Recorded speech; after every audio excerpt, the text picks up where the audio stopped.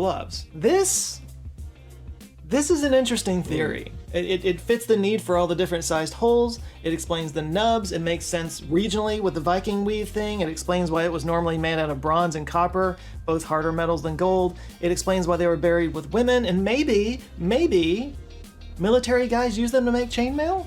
This checks so many boxes. No. The last one, I don't think so, because mail was produced. We know how mail was produced, both originally by the guy, but I wouldn't really see it because that would have been mentioned. If the Romans thought that device was useful to make mail, considering that mail, the Romans copied mail, what they call lorica hamata, well, we call lorica hamata, the Romans called it gallica, lorica gallica, because they copied it from the Gauls. They would have mentioned it, and we would have found it all over the place in the military production sites in Rome, and with a lot more legions. Instead, there is just appears to be an occasional.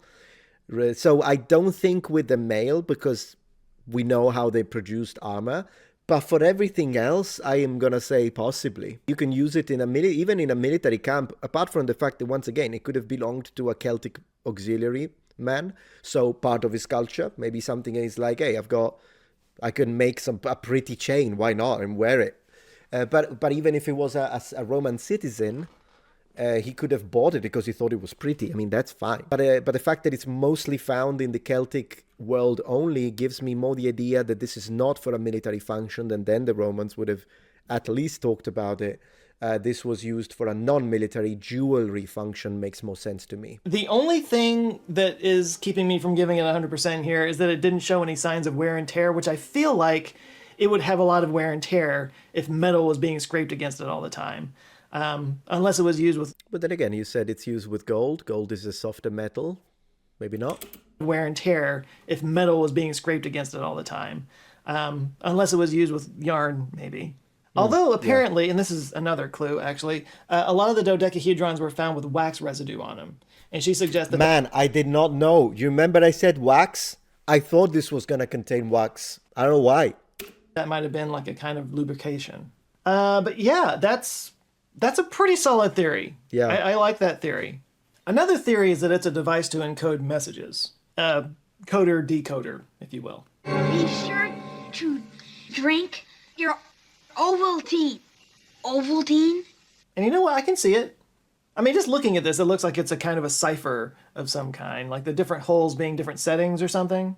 Well, that's the exact idea that a guy named Matt Given had. And he came up with something that, like, I have no idea if this is right or not, but it's kind of brilliant. Let's see. In a video he uploaded to YouTube, he shows how these different holes could be keys to a different circular cipher that lock into place with the corner knobs.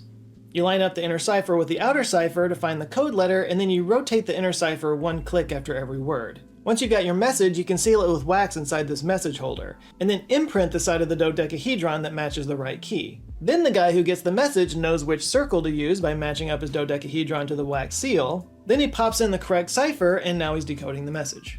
See, that's fascinating, but that would be something I would expect from the Romans rather than from the Gauls. Because we do have situations where they for example, Julius Caesar used messages, encrypted messages and that kind of stuff. He did use it. So the Romans made use of these. It would be, unless they don't talk about it because it's secret, but then why are they found in the Celtic? Not convinced.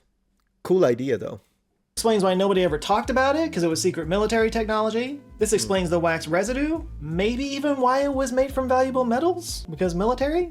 This checks a lot of boxes, but not all of them. Doesn't explain why they were buried with rich women. Yep. And it doesn't account for the fact that they're all different sizes. Like, if this was something that was actually widely implemented across the Gallic Roman military, that size would need to be standardized. Exactly. Although technically for it to work, it only has to match up with 2 dodecahedrons. Only 2 of them have to be the same size. So I don't know, that might bring the objection down a little bit. Yeah. As for why it was only used in the north and not all throughout Rome, I mean, I guess it's possible it's just something that was instituted by a Gallic Roman general and it spread around those areas and just never quite caught on outside of... No, I think it's cultural. At this point, when something is found predominantly in an area which has a cultural umbrella superimposition onto it, which in this case is the umbrella term Celtic, it's gotta be cultural. I do not see, if it's a single Roman general is not gonna do all of this. And once again, we would find it somewhere else. wherever that general would be deployed. Not that we know, we're all speculating here, but I just don't see it. I think it's a Celtic thing. There because it was too complicated or unnecessary. But maybe the biggest strike against this one is that it requires other pieces for the code to work, like the ciphers and the message holders and all that stuff. Exactly. And none of that's ever been found. Now, he makes the point that these other pieces probably would have been made from wood or parchment so they can be easily destroyed, like to keep them out of enemy hands and whatnot. That makes sense. And the ones that weren't destroyed, those materials would have decomposed a long time ago. So some might say that the lack of evidence is actually even more proof that it was a secret decoder thing. But having evidence would be better. So I think that one's interesting. I don't think it's the answer. I think it's a bit of reverse engineering on his part. But I will say I think it's a brilliant bit of reverse engineering. And if I ever do some kind of medieval fantasy novel that involves a military campaign, I am totally stealing that. That's pretty cool, actually. I agree, yeah. Very clever work, sir. Very good. I applaud you. Anyway, debate this one down below. So those are some of my favorite ones, the ones I find most interesting anyway. There's a whole lot more. I can go through a few of them kind of rapid fire here. Like some have said that maybe it's a gauge for measuring things like sticks and tinder. Maybe it's the different size holes you can use to shape spears or tools with it. Yeah, actually, now that he mentioned spears, the one that I heard is weapon calibration. But I don't actually know how that would be done. I just read it. And then my researcher just reminded me today when I told him that I was going to look into this. And he reminded me, no one really knows. He said maybe weapon calibration, but I don't know how that would be done. So kind of gauge, yeah. Maybe you could measure, like I said, tinder or like spaghetti. Don't talk break about them. You could use it to measure different... Don't break them. And I've never used that in my life, by the way. I just measure it by hand. What are you talking about? I mean, it's like my birthright is the ability to measure spaghetti. Amounts of spaghetti.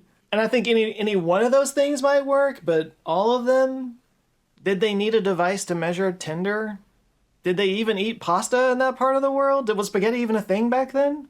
Also, Dean... Spaghetti in the modern sense, no, but there was a precursor to modern day pasta, just obviously without the tomato sauce, because that came to be after the discovery of the New World. Apparently some people find it offensive that you say discovery because it's Eurocentric. That's nonsense. Whenever we say that America was discovered, of course we mean from the perspective of the Europeans. Clearly there were people already living there. It's so tiring that you have to specify the obvious, but here we are. Proto-spaghetti, guys. You know a lot of women that were buried with their pasta measurers? Another theory is that it might just be a candle holder, which, yeah. I mean... I guess. I don't have a candle, but I've got a pen. Well, I mean, it would definitely work. And it's, it's a pretty stable platform, and really any cylindrical object could be placed in it, and maybe the different... And there was some wax. Size holes would be able to match different types of candle sizes or whatever. So, I mean, it kind of works.